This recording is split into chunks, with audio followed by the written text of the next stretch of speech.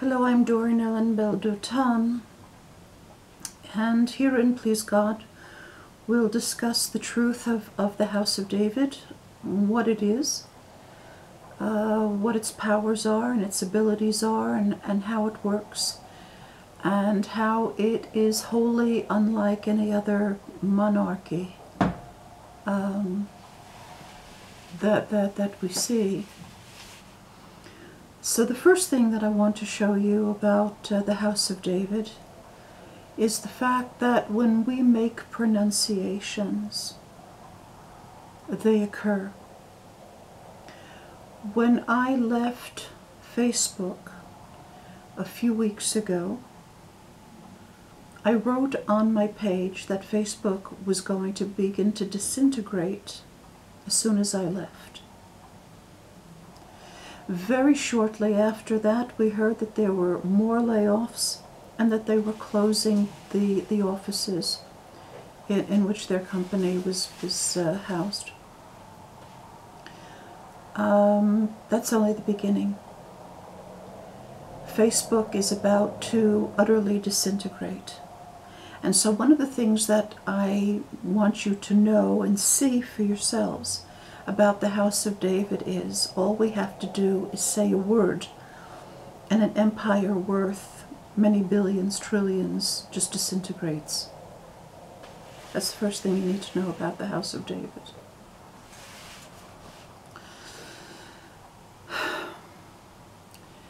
When I made my video, Rabbinic Errors That Led to Christianity, something there occurred which was very unpleasant and very necessary, and I want to discuss it herein.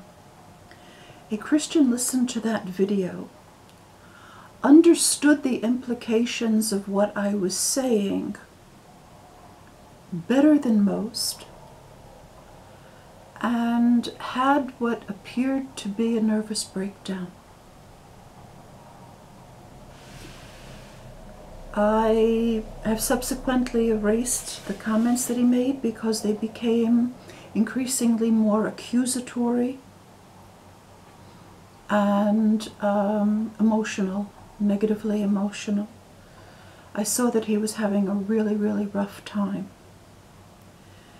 And so as not to monopolize all of the comments with his comments, I simply blocked him. But I do want to address some of the things that he said that are very important. He understood that the Torah is not written in stone, and that the version with which we are familiar now can be converted into other versions, and that will result in other realities. And because his entire worldview and everything that he believed and everything that he had dedicated himself to was based on thinking that that was the one and only Torah and it was immutable in that particular version, everything went out from under him.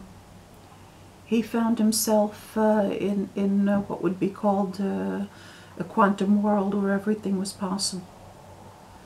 And he was having a real problem with it. Torah is immutable, but not in the particular version with which we are familiar. It can be turned into other versions. In fact, it even teaches those who are able to read it on that level how to do precisely that. We're supposed to know how to turn it into other versions. One of the questions that he asked me, well, he said to me, "You seem to be only dealing with a tiny little bit of it. Can you do this with the whole book? Can you do this with the first chapter of what he calls Genesis?" And the answer is, yeah, I don't learn on the level of just giving little bits, the little bits that I give you are not the level that I'm learning on. I'm spoon feeding you. That doesn't mean that I'm learning that way. One of the planet Saturn is called Shabtai in Hebrew. People have accused the Jews of worshiping Saturn. We do not worship Saturn. We create Saturn and all of the other stars in the universe. The name Shabtai is equal to 713. Now 713 is the same thing as 1712 because Aleph is both 1 and 1000. So I'm going to give you a couple of substitution values, a few, for the name Shabtai. First of all, it's Shabbat and Chag. Shabbat is the Sabbath. We discussed a bit of what that is. And then there is the word Chag, which is not only a celebration and a holiday, it is also, lachug is to turn, is to revolve. So what Shabtai actually is the level of reality in which it is always Shabbat. It is the level of the revolutions of the astronomical bodies and their courses that result in it being Shabbat eternally. So the days and the years and so forth, all of that is Shabbat. The house of David are they who know how to attain that level, so that they're living in an eternal Shabbat. Another one of the values for 713, which is the name Shabtai, is Kol Ot B'Sefer Bereshit. Every letter in the book of Bereshit, which you call Genesis. So that's his answer. He was asking me, am I able to do these substitution values for the first chapter of Bereshit? In fact, I do it with the whole book, every letter in Bereshit. And then every subsequent book in Torah is actually commentary on everything that's written in Bereshit. So that is the answer. Yes, when I learn Torah, I learn every letter in the book of Bereshit. Of course, I learn the other books of Torah, and I learn the holy writings, the prophets, judges, kings, of course. But when I learn them, the learning that I do determines the nature of the astronomical bodies, their physical makeup, their revolutions, their orbits, and so forth and so on. And in so doing, that determines what is going to be in all of the physical worlds. That is what the House of David does. And that is why, boys and girls, you will never ever see me in Davos or at the World Bank. I have absolutely no need or desire for any kind of temporal power like that. I've been learning like this for a couple of decades. Finally reached the level of being able to do this. And you haven't seen me try to take over in any way or make money from what I teach. I don't like the word teach, suggest. I don't have any desire for political influence. I don't deal in those spheres, quite literally. Don't deal in those spheres. The Hebrew word for books, Sfarim, is equal to 950. That is the same value of the word Shemayim, which is heavens. The house of David are we who, when we learn the books of Torah, we describe the heavens. So one of the things that he said to me, this man who got very frightened and very kind of like hysterical, said to me, "You expect me to bow down to you?" And I was shocked, truly shocked, by that accusation. I don't think that I have ever intimated in any way that I'm searching for any kind of power or all I ask of people is basic respect, like any other human being. But I don't expect anyone to, and in fact, people who have related to me in some kind of a subservient way have very quickly been put in their place. I don't need that, want that. That's extremely, it makes me very embarrassed. So all I ask of people is the same respect that anyone should have, not more and not less.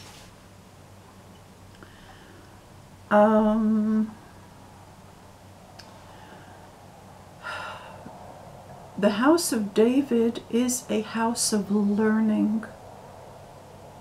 It is not a monarchy like any other monarchy. The word, I've said this in videos too, the Hebrew word for that's called throne in other languages is the same word as for any chair. Kisei is not only a throne, it's any chair. It's the chair of learning. Eden, Eden is equal to 774, which is Lamdan, someone who is totally devoted to learning. It is also Lamed Masoret, the one who learns the tradition. It is also the name Batsheva.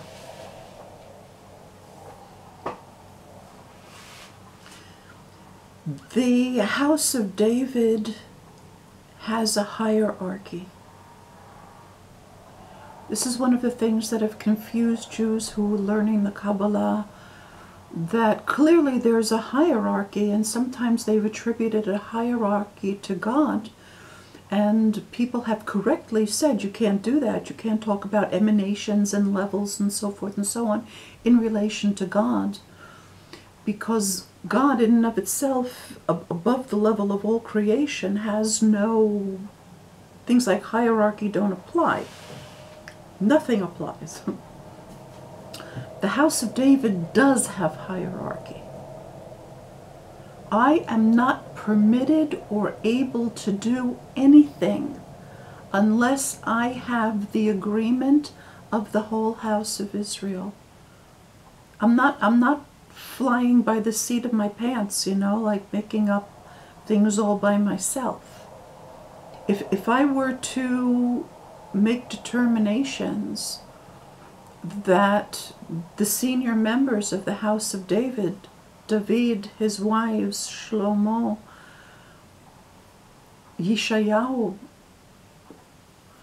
Chizkiyahu, were not in keeping with, did not agree with what I was saying, I would immediately be deposed. But the truth is that I wouldn't have been given a smachta if I would have been a fool like that, if I would have gone off half-cocked and wanted to become some sort of a political or economic power. I live in a low-rent district, you know, and that's the way I like it. I don't need any of that stuff.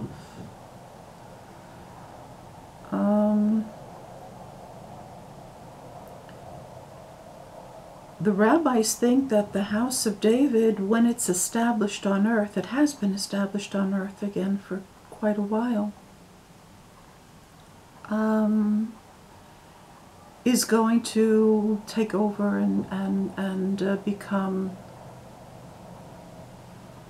an enlightened monarch who imposes peace on everyone.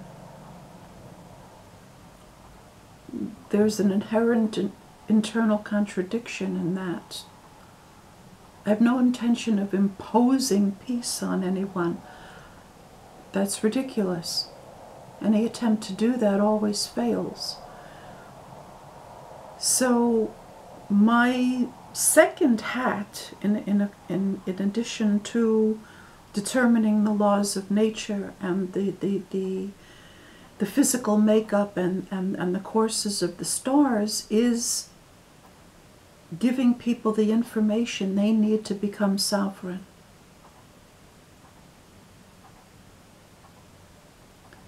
To encourage people to undertake looking within themselves, fixing their flaws and to the best of their ability, and to become worthy enough to be trusted with being sovereign. So the monarchy that is David, Malchut David, again, it's a collective. It is not one monarch who sits at the top of a pyramid. This is not Egypt. And it's not Britain. And it's not Saudi Arabia. It is a collective. The most important service anyone can do for the house of David is for themselves to become sovereign. And this is why I keep talking about getting your own minds and emotions under control and to stop outsourcing your hopes of living in a world of peace. You have got to do that. You have got to become worthy. One of the things that the rabbis don't understand at all is what's called smicha, which is having authority vested in someone.